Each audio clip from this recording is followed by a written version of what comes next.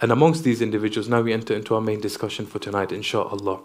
Amongst these main individuals, amongst these pure individuals, is a person by the name of Ayatollah Jawadi Amuli. May Allah subhanahu wa ta'ala grant him a long, long life, inshaAllah. He is currently 92, living in the holy city of Qom. He asks a very important question. He asks the question, how old are you? Genuinely, if someone was to ask you, how old are you? He says that when we say that Zayd is 50 years old, what does that mean?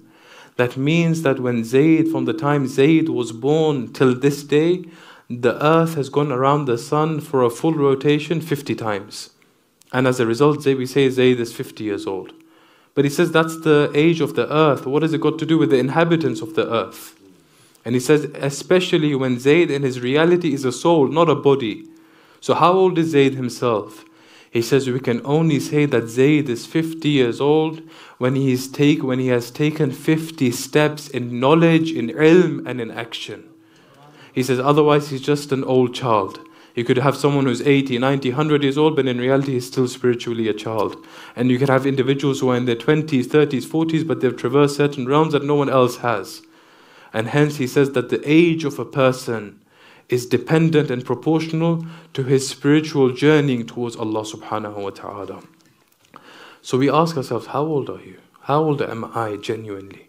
And if we were to examine ourselves truly, we've lived for 20, 30, 40 years, but how much have I truly grown? How much have you truly grown? What is it that you understand that other individuals don't understand? What is it that you see that other individuals don't see? What is it that you hear that other individuals don't hear?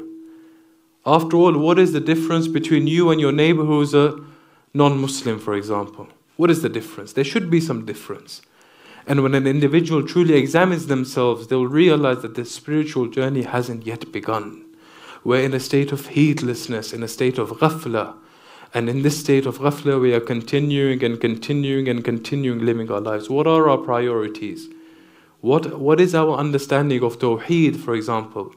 Someone asks you 5 years ago, what is Tawheed? You repeat the same thing that you learned in madrasa, oneness of Allah. What does that mean? They ask you today, you repeat the same thing, oneness of Allah. What does that mean? Practical Tawheed, Tawheed amali. What does that mean? And when you examine yourself, we see that we're in a state of heedlessness, in a state of ghaflah, and we're continuing living our lives. How does our life take place? We wake up in the morning, we brush our teeth, we have breakfast, we leave for work, deadlines, engrossed in work. Decades upon decades pass like this. And then all of a sudden a day comes where in the middle of the day, the 1 o'clock, 2 o'clock, you have a pain in your chest, you collapse, you're taken to the hospital, resuscitate.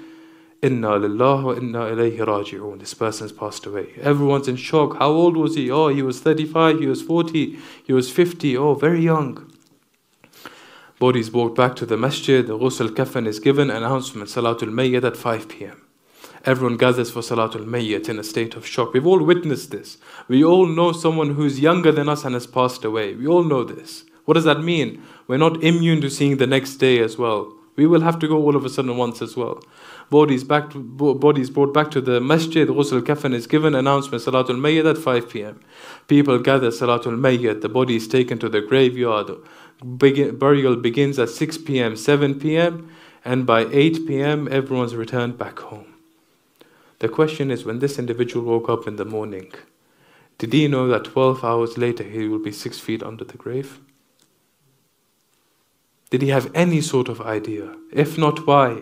Because he was living a life of heedlessness. And hence Amirul Mu'mineen alayhi salam says, Risal salawat ala Muhammad. He says, مَا بَالُكُمْ تَفْرَحُونَ بِالْيَسِيرِ مِنَ الدُّنْيَا تُدْرِكُونَهُ وَلَا يَحْزُنُكُمُ الْكَثِيرُ مِنَ الْآخِرَةِ تُحْرَمُونَهُ. What is the matter with you? You feel so happy gaining little of this world, but the much that you're losing from the hereafter doesn't even bother you. You lose 20, 30, 50 pounds on a refund and you're thinking about it for the entire month. But the fact that you missed Salatul Layl last night doesn't even bother you. Doesn't even bother you. كَأَنَّهَا دَارُ مَقَامِكُمْ, as if this dunya is your permanent abode. And hence the Imam says, فَتَدَارَكْ مَا بَقِيَ مِنْ عُمْرِكَ. Seize what you have left of your life. وَلَا تَقُلْ غَدًا أَوْ بَعْدَ غَدٍ. Do not say tomorrow I will change, or the day after tomorrow. فإنما هلك من كان قبلك بإقامتهم على الأماني والتسويف. For verily those individuals who came before you perished because of their persistent wishful thinking and their procrastination.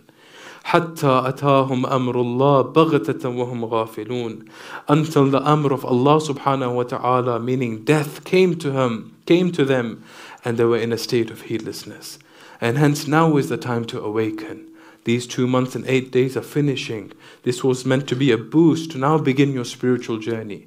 Now is the time to make that irada. Ya Allah, I haven't got close to you. I haven't done anything with my life.